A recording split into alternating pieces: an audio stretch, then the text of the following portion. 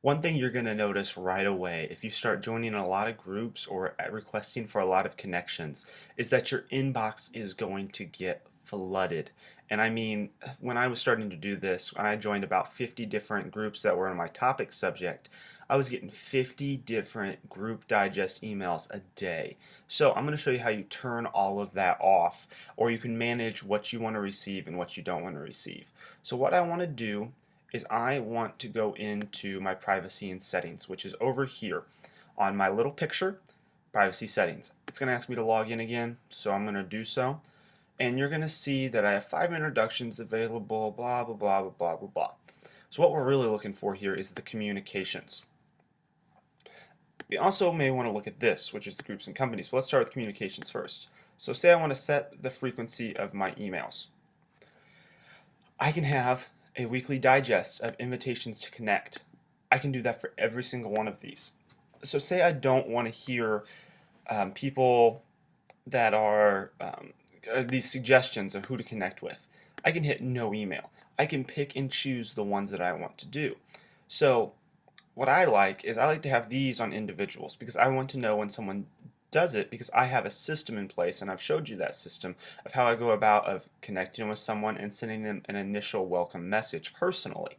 So I do that. Also the group stuff, if someone's really out there to get me a group, they can wait a week to get in there. If I get a message from a connection, I want to be able to respond to that immediately, so I want that to be sent on an individual email. Same things with these new connection suggestions. That really doesn't matter to me. Profiles sent to you, I don't get those, but if I did, I'll do them in a weekly digest. And I don't need a job, so I guess I could do it weekly in case there's something that really pops up, but I don't. So I hit Save Changes. So that's done.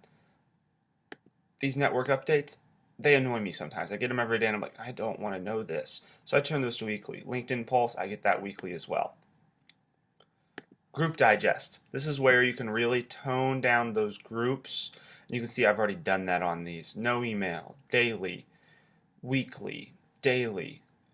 I don't want that no email anymore.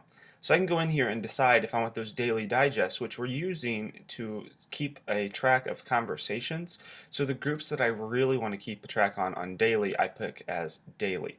If there's a group that I want to be a part of, but I don't want to do it every single day, I pick weekly. And if I don't really want to be a part of it on a consistent basis, and I just want to be able to go in there when I want to and start connecting with people, I do it on a no email basis. So I save those changes.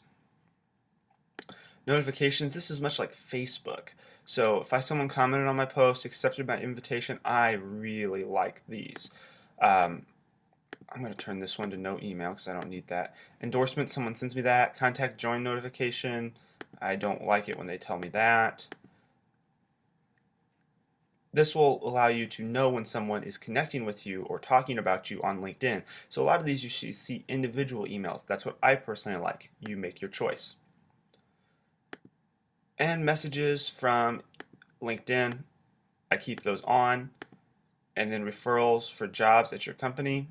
I don't have any referrals, so it's okay. So this is how you change and manage that overflow of your inbox.